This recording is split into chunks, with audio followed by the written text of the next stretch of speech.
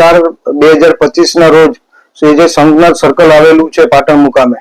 તેની સામેની જગ્યા ઉપર કોઈ નોટિસ દીધા વગર સવારે 10:30 થી 11 વાગે ત્યાં ડેમોલેશન કરવામાં આવ્યું। ત્યારે ડેમોલેશન પહેલા હું ત્યાં રૂબરૂ પહોંચેલો અને ત્યાં પ્રાંત અધિકારી હાજર હતા। મેં એમને કીધેલું કે તમે કોઈ નોટિસ આપેલી હોય અથવા પોલીસ તંત્ર કીધેલું કે તમારી પાસે કોઈ ડેમોલેશન માટેનો કોઈ ઓર્ડર હોય તો મને બતાવો, તો એમની પાસે કંઈ હતું નહીં। તો એમને ત્યારે કીધેલું કે જે ગીર સોમનાથના પૂર્વ કલેક્ટર દિગ્વિજયસિંહ જાડેજા કીધેલું છે કલેક્ટરે કે આ ડેમોલેશન કરી નાખવાનું અને બાકીનું તે જોઈ લેશે। ત્યારે એ સંપૂર્ણ રીતે મારી ધરપકડ ખોટી રીતે કરવામાં આવી અને ડેમોલેશન કરી નાખવામાં આવ્યું, એક પણ નોટિસ આપ્યા વગર। ત્યારે જે ડેમોલેશન કરવામાં આવ્યું તેમાં 4 લોકોની જે 2 નંબરની નકલ હતી, મફતિયા પ્લોટ હતો અને 1 જણાનું દસ્તાવેજવાળું મકાન હતું અને પાંચે હાઈકોર્ટમાં પિટિશન દાખલ કરી અને પિટિશન દાખલ કર્યા પછી 7/5/2025 ના રોજ જ્યારે હાઈકોર્ટમાં પિટિશન જ્યારે જજ શ્રીએ કીધેલું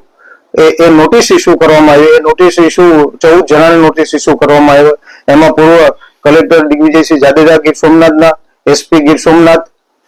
પ્રાંત અધિકારી Veraval, LCB PI, PSI LCB Patan PI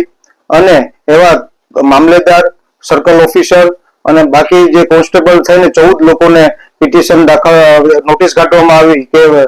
18/6/2025 સુધીમાં આપે કોઈ નોટિસ આપી હોય કે કોઈ કાર્યવાહી કરી હોય તો આપ લોકોને ત્યાં સોગંદનામું રજૂ કરવાનું રહેશે। અને કોર્ટ દ્વારા એ પણ કહેવામાં આવ્યું કે તમારે પોતાને રૂબરૂ હાજર રહેવું પડશે અથવા કે તમારા વકીલ મારફત પણ 18/6/2025 સુધીમાં સોગંદનામું રજૂ કરવાનું રહેશે જે આપને જે પણ કાર્યવાહી કરી હોય। અને ત્યારે જ્યારે દલીલ ચાલતી હતી ત્યારે જજ શ્રીને મારા વકીલ દ્વારા BM મંગુકર સાહેબ અને બેલાબેન પ્રજાપતિ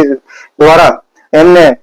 મંગુકર સાહેબે એમને જજશ્રીને કીધેલું કે આ લોકોને કોઈ નોટિસ દેવામાં નથી આવી અને નોટિસ દેવામાં નથી આવી તો ત્યારે જજશ્રીએ કીધું નોટિસ દેવામાં નહીં આવી હોય તો સુપ્રીમ કોર્ટનું ઉલ્લંઘન પણ કરવામાં એ લોકો આવેલું છે અને આવી રીતે જો એને કોઈ નોટિસ આપ્યા કે કોઈ કાર્યવાહી કર્યા વગર આ ડેમોલેશન કરવામાં આવ્યું હશે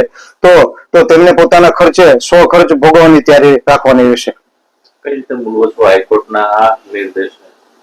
હાઈકોર્ટ ઉપર અમને સંપૂર્ણ ભરોસો છે કારણ કે મફતિયો પ્લોટ એ સરકાર દ્વારા આપેલો છે, દસ્તાવેજવાળું મકાન તેમનો હક અને અધિકાર છે અને બાકીના પણ હજી પણ બાકીના 2 નંબરની નકલો પણ છે। અમે વધારે પણ જેટલી 2 નંબરનો કે મફતિયા પ્લોટોને જે કાગળિયા નીકળશે એમની પણ હજી પણ હાઈકોર્ટમાં પિટિશન દાખલ કરવાના છે અને બિનકાયદેસર હશે તો એની પણ પિટિશન દાખલ કરવાની છે કારણ કે કોઈ કાર્યવાહી કર્યા વગર આ કરવામાં આવ્યું છે। અમને હાઈકોર્ટ અને ન્યાય ઉપર ભરોસો કે